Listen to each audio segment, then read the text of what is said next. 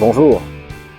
Aujourd'hui, je veux traiter le sujet de cette fameuse phrase qui est évoquée par beaucoup de gens qui ne croient pas à l'existence du divin et qui consiste à dire mais si Dieu existait, le mal n'existerait pas. Donc puisque le mal existe, Dieu n'existe pas. Pendant très longtemps, je me suis trouvé un petit peu embêté avec cette phrase jusqu'au moment où je me suis rendu compte de plusieurs réalités derrière cette phrase. La première chose, c'est lier l'existence d'un phénomène à la non-existence d'une croyance, à la non-existence d'un être dans lequel on pourrait croire ou pas. La deuxième chose, c'est que dans l'imaginaire des personnes qui disent ça, j'ai réalisé que derrière cette affirmation, il y avait en fait une très grande puérilité. Alors je suis désolé pour les personnes qui utilisent cet argument s'ils se sentent humiliés par mes paroles. Je ne veux pas vous humilier. Il apparaît que vous avez une idée de Dieu, ou un rêve de Dieu, ou une image de Dieu, une représentation de Dieu qui est extrêmement puérile. Alors en quoi est-elle puérile ? Eh bien, tout d'abord, imaginez que Dieu soit totalement tout-puissant,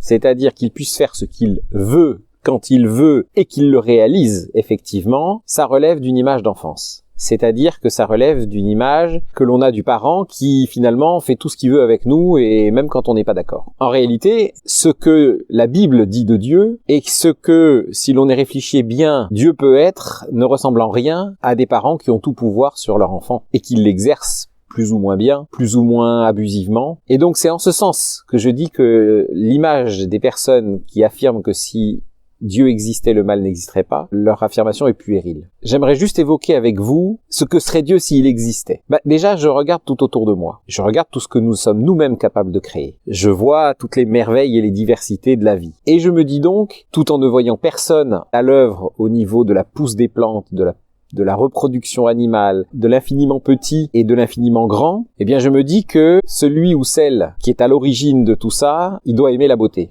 Il doit aimer la diversité, et puis il doit aimer la liberté pour la simple et bonne raison que justement nous avons la liberté. Nous avons la liberté de disposer de notre sort sur cette planète, nous avons la liberté de gérer le monde animal, de gérer le monde biologique en règle générale, alors que nous le faisions mal, et que par nos décisions, que par nos incohérences, que par nos inconsciences, que par notre méchanceté, que par notre immaturité, notre puérilité, par notre orgueil, eh bien il y ait un tel désastre autour de nous ne signifie pas qu'il n'y a pas au fond de nous de la bonté, ne signifie pas que Dieu n'existe pas, ne signifie pas que Dieu est mauvais. Ça signifie tout simplement que nous avons effectivement une immense liberté et que son absence apparente, son invisibilité à nos yeux physiques, indique simplement qu'il nous laisse une très grande marge de manœuvre. Ça ne veut pas dire qu'il n'existe pas. Un autre élément que je veux évoquer avec vous, c'est la question de la visibilité, justement. Je me rappelle de Antoine de Saint-Exupéry qui dit, dans son histoire Le Petit Prince, il dit « L'essentiel est invisible pour les yeux. On ne voit bien qu'avec le cœur. » Je pense que la plupart d'entre nous n'ont pas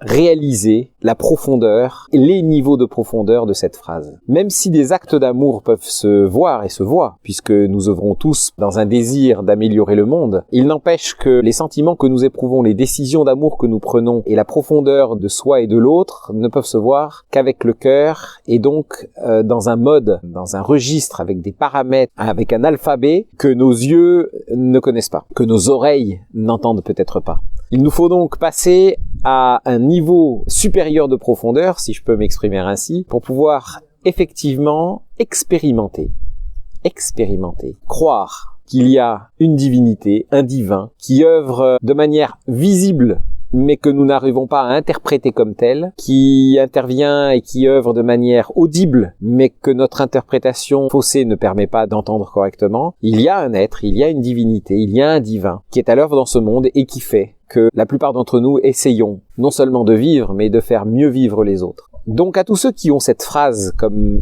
argument, comme argument de désespoir finalement, le message que j'ai envie d'envoyer, c'est peut-être que vous devriez grandir. Peut-être que votre conscience devrait s'éveiller. Peut-être que votre cœur devrait s'éveiller et ne plus avoir peur. Parce que finalement, cette déception que nous avons, que vous avez d'un Dieu qui n'existe pas puisque le mal existe, c'est tout simplement une démission. Parce que ça veut dire que vous refusez de grandir, vous refusez d'envisager les choses autrement. Et quand je dis vous refusez, c'est pas une accusation. C'est simplement la difficulté qu'on a, que nous avons tous, à envisager que les choses soient différentes que celles qu'on perçoit et que celles qu'on interprète. Il y a une phrase qui dit « La carte n'est pas le territoire, et mon monde n'est pas ton monde ». Il est bien évident que je ne suis pas à votre place. Mais je connais comme vous les limites de l'esprit humain, les limites de la connaissance, les limites de notre vue, et toutes les illusions que nous sommes capables de croire alors qu'elles ne sont pas réelles. Peut-être que justement, quand il n'y a pas d'illusion, il y a peut-être la réalité qui apparaît. À bientôt.